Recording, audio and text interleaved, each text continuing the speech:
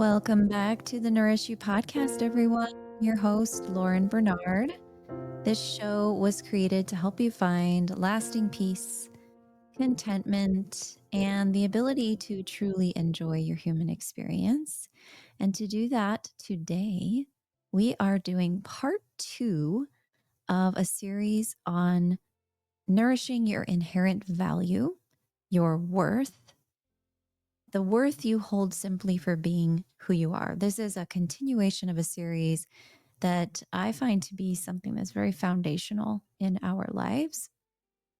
And what we're going to be going through today is we're going to be talking about some personal stories of mine and how I've related on this entrepreneurial path. So if any of you are if you've come from a background in either a corporate job or service industry work, any type of caregiving or first responder type work, I think that you're going to find this a really interesting episode. And one thing in particular we're going to touch on is how knowing the planet Venus and its placement in your birth chart can help you uncover your worth and your values, especially if you have this kind of entrepreneurial pursuit going on, even if it's like a side hustle, that kind of thing. And of course, at the end, we're going to touch on the cosmic weather with the full moon still being fairly potent today, as it was at its peak capacity Saturday, but today being Sunday, it will still be potent. And also, there's some interesting cosmic weather with Venus to consider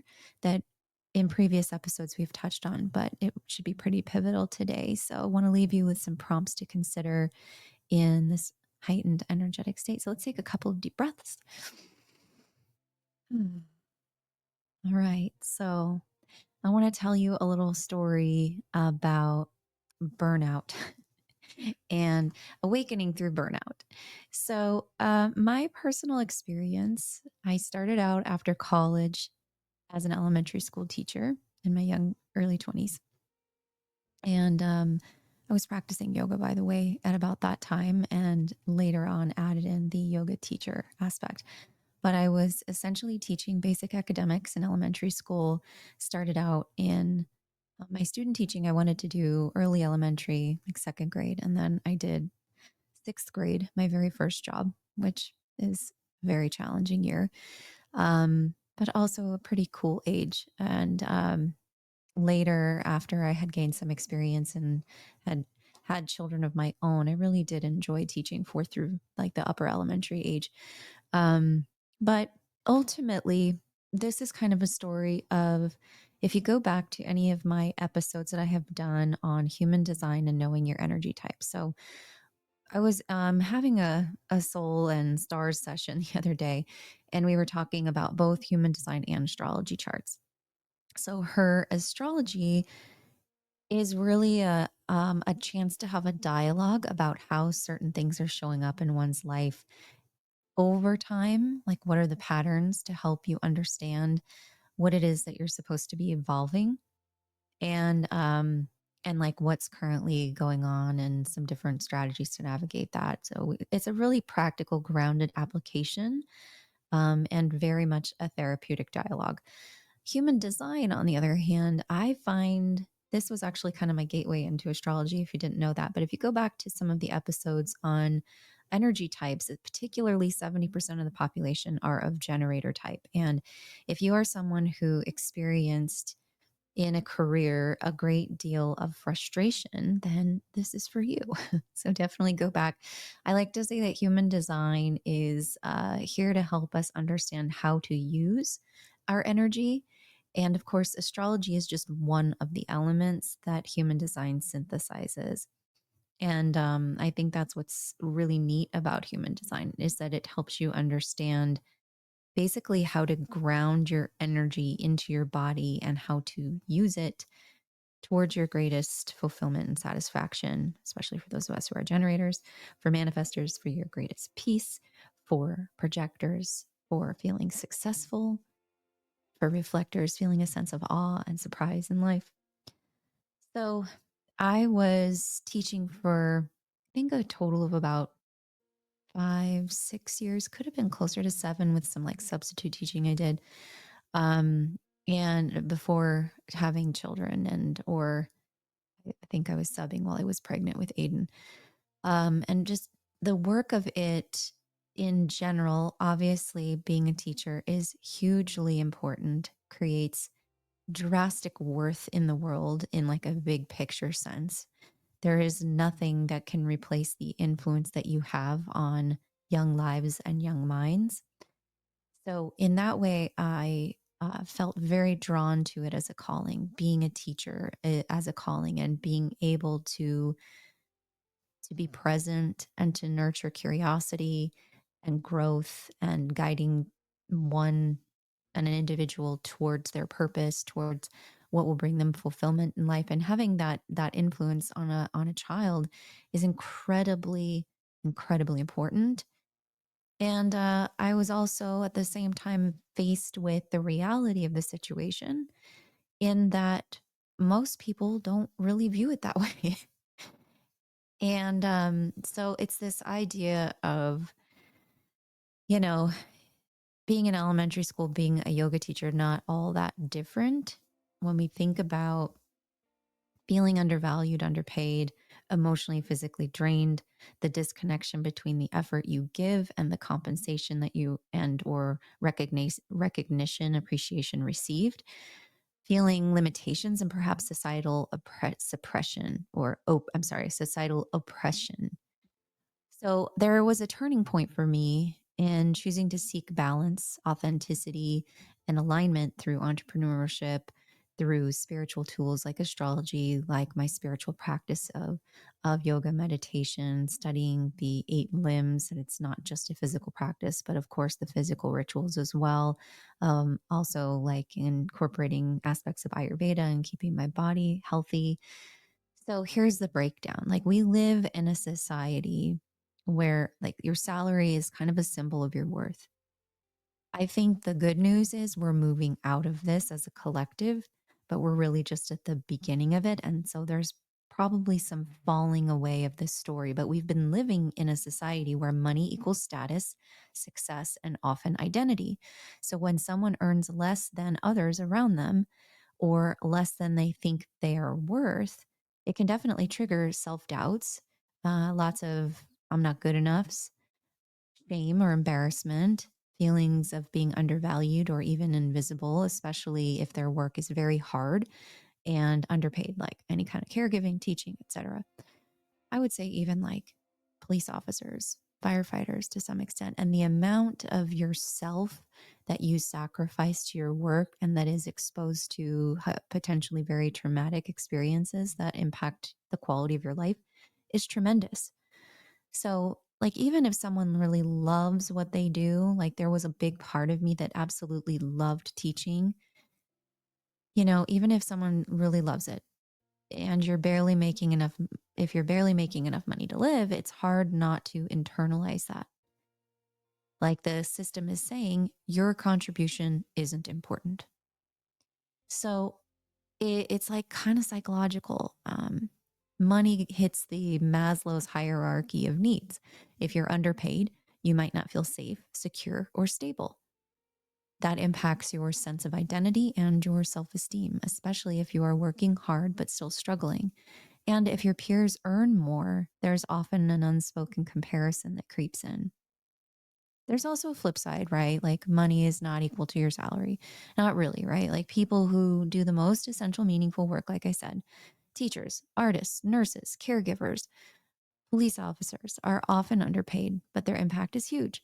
And plenty of people earn a lot of money, tremendous amounts of money, and they still feel empty or burnt out because their work doesn't really align with their purpose or their values. So the real question becomes, do I feel seen, respected, and fairly compensated for what I bring to the table? So I think the other thing I've talked about on the show is, like, I reached a point where I realized I was living in frustration. I had learned about human design, and that I think mostly I struggled with having enough to go around of my energy, feeling totally depleted to where there was nothing left for myself or my family, which really matter, which really, really matter. I was Also feeling a tremendous amount of limitation. You know, there was just not enough room for self expression or growth within certain confines. I can break this down though. It's definitely unique, probably to me. I'm not saying that this is everyone's experience. As I will talk to you a little bit about my personal astrology chart, it makes very good sense why I was feeling this way. But if you might have some resonance with this and felt a need to change things up, to try something new, right? So entrepreneurship and my identity started to become kind of like one and the same. I started, doing my own thing as a way of like reclaiming who I am. You as an entrepreneur, you get to choose what time, energy, and ideas are worth. You can build balance around your own rhythm, not someone else's calendar or bells. You get to align your work with your deeper values, your creativity, your purpose, your wellness, your autonomy, your impact, whatever speaks to you. But it's pretty vulnerable, not for the faint of heart. Like, it definitely requires a lot of personal growth, which is kind of what I'm in it for. Um, but it requires discipline. It requires you to keep looking at hard things and deciding what your worth is, what your work is worth, what your time is worth, what your values are. And this can bring up so many internal questions. So on that note, like, I am still teaching in this way through my sessions.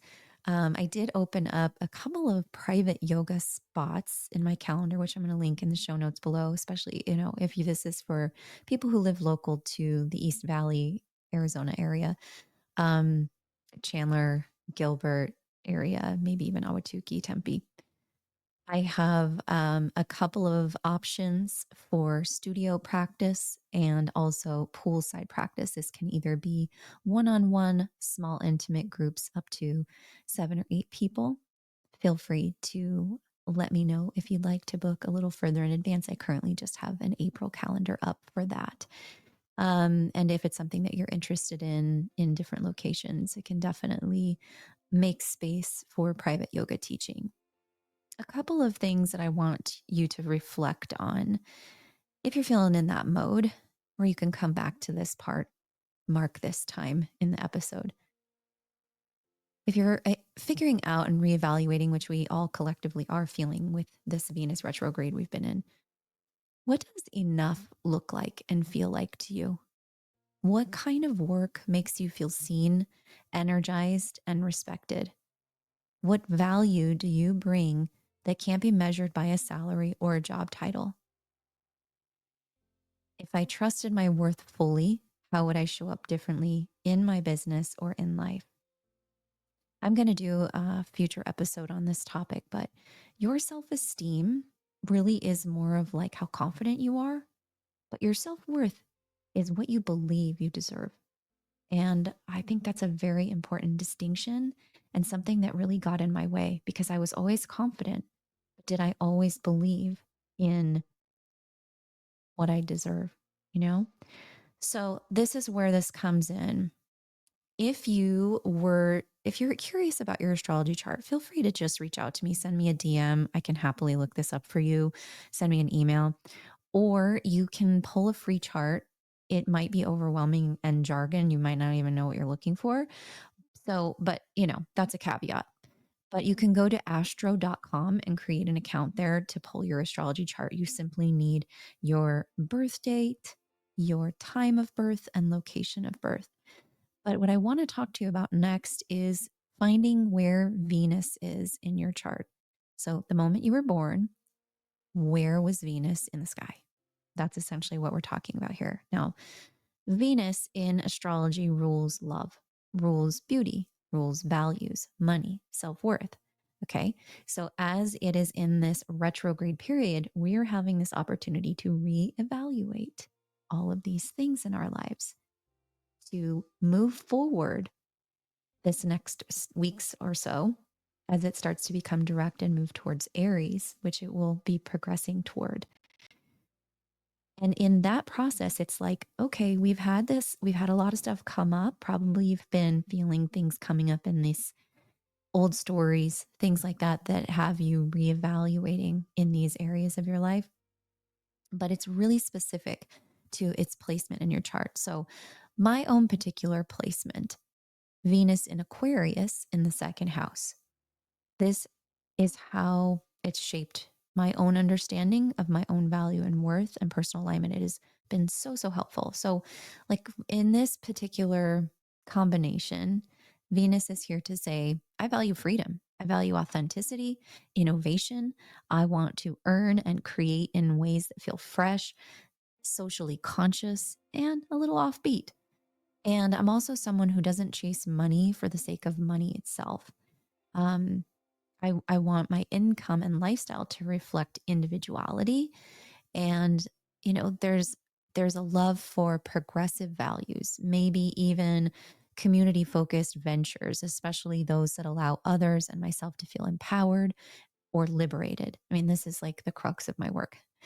I probably have a unique relationship with money, either very forward thinking, like, curious about crypto, day trading, unconventional businesses, like what I'm doing here, prone to ups and downs because you don't want to be boxed in by traditional systems.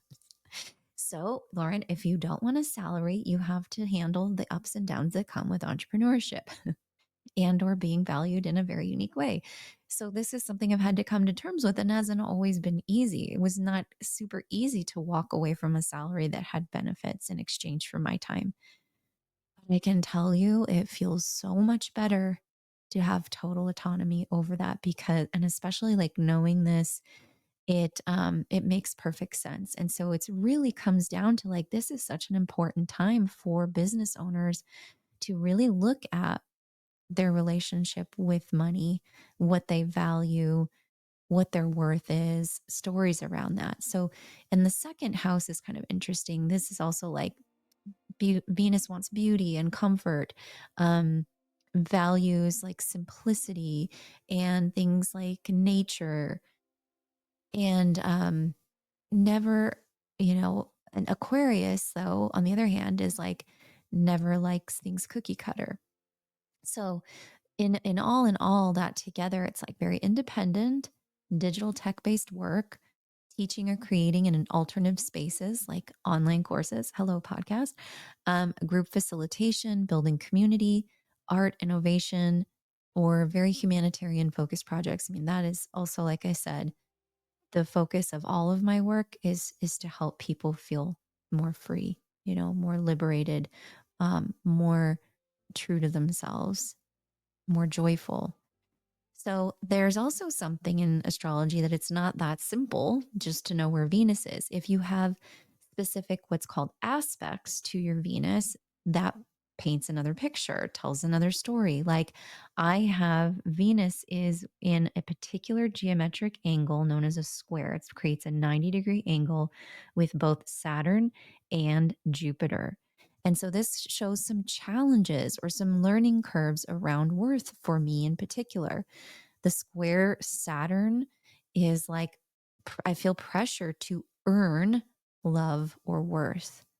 Interesting, right? Like if I'm not doing enough, I am not worthy.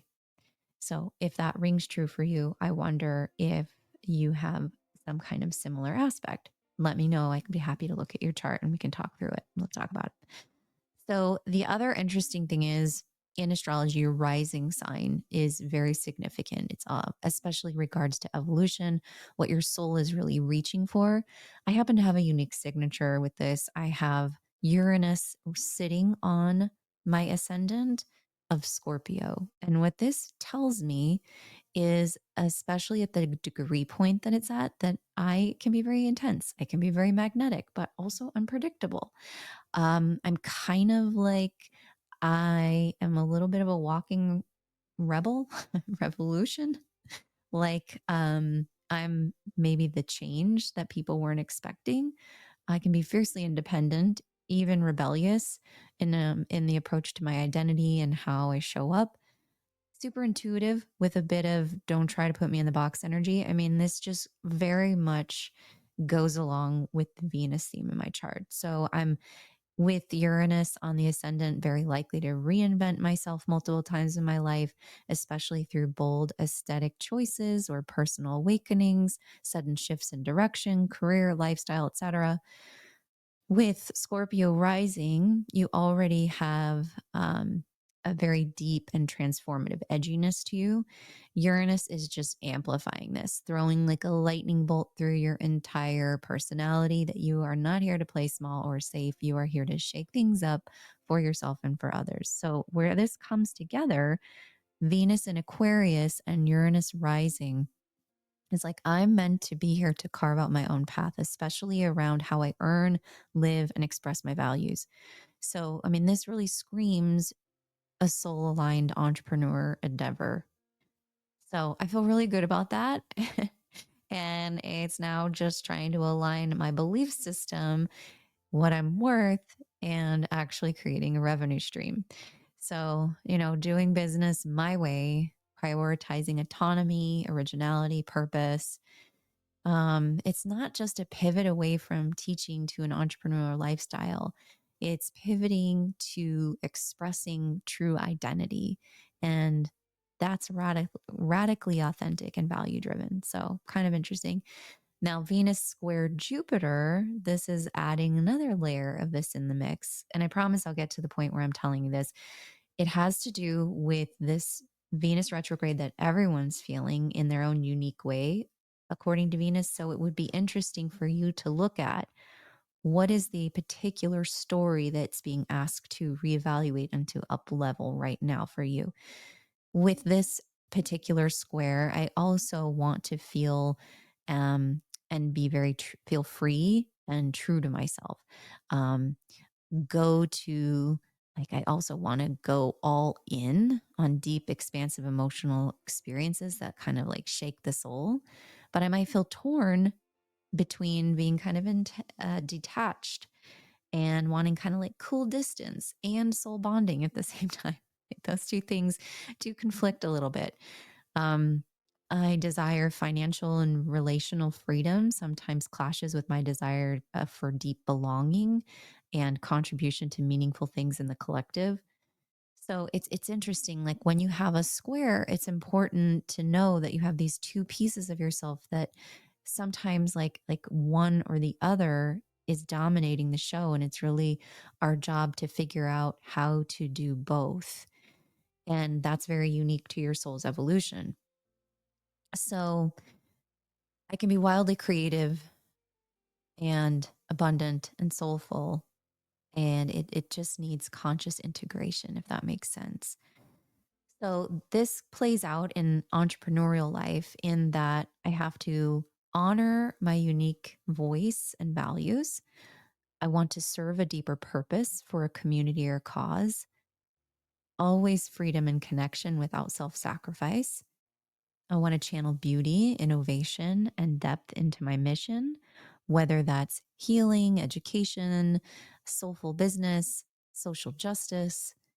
So, very, very fun. Like this definitely is helping me create kind of a more exact brand, if you will, creating beautiful, smart, progressive things that transform the lives and communities on a soul level. Like that, that's where you can take these things that you value and your soul's mission, put them together and really figure out, okay, this is what I need to be reaching and growing towards, right?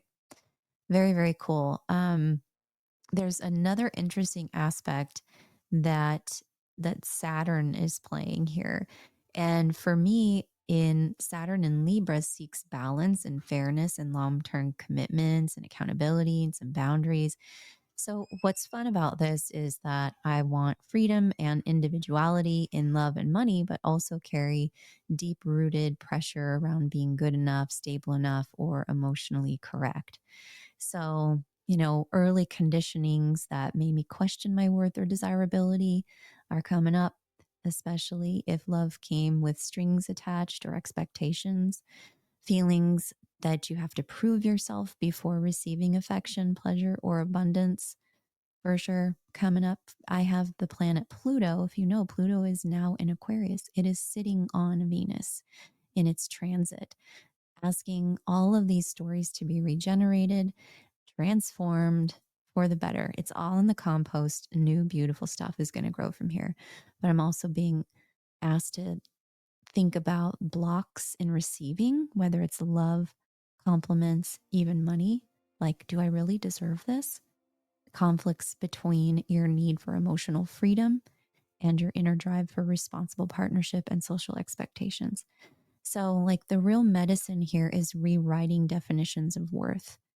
You don't have to earn love by being useful or perfect. Learning to commit without abandoning the self, being a part in partnership or community without losing your individuality, building relationships, businesses, values that feel both aligned and sustainable, making peace with the fact that freedom and structure can coexist, especially when you build them on your terms. So, this Saturn square is like quality control. It's great. it's it's helpful because it's helping me be thoughtful about branding and what I offer. It's helping me be cautious about how I invest time, money, and energy. It's helpful that I can possibly create something long lasting with high integrity, even if it takes longer. So, uh, essentially, I'm just not here for shallow success. I'm here for building something that lasts and reflects growth. I would love to know what that looks like for you. So, I want to invite you listeners to reflect on your own Venus placement and how it might be calling you to value yourself more deeply. Venus describes what you like, what you love, what you're attracted to. Imagine you walked into a mall. Venus tells you what area you will be drawn to most based on your interests. It also describes how you are in relationships and the quality that you require to feel love, like the different qualities that you require. So if your Venus is in a water sign, say Cancer, Scorpio, Pisces, you are attracted to the spiritual matters, to the quiet, to the sacred spaces, to sensual pleasures, to home, to private time, private spaces. If you have yours in an air placement like mine in Aquarius, so that could be also Gemini, Libra, Aquarius, you need an intellectual partner who will talk to you. You will be attracted to bookstores, libraries, continuing education. A good conversation is like the best high and most intimate experience for you. Earth, this would be Venus in Taurus, Virgo, or Capricorn. You are especially focused on finances and being grounded in partnership.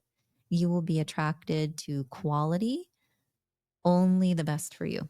Your values and relationship is loyalty, consistency, and somebody with ambition.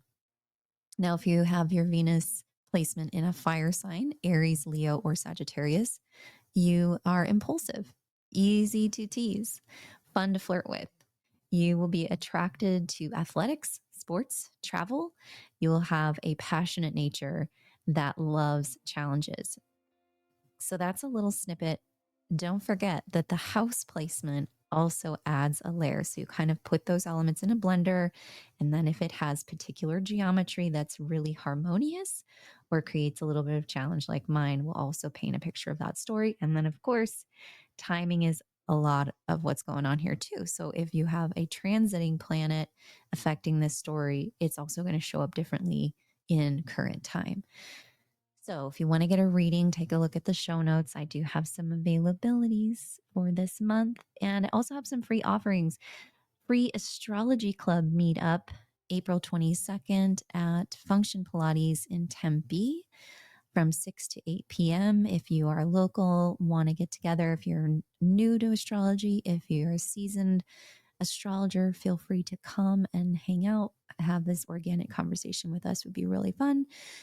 I also am going to open up April 24th at 9 a.m. Arizona time for a virtual astrology hangout.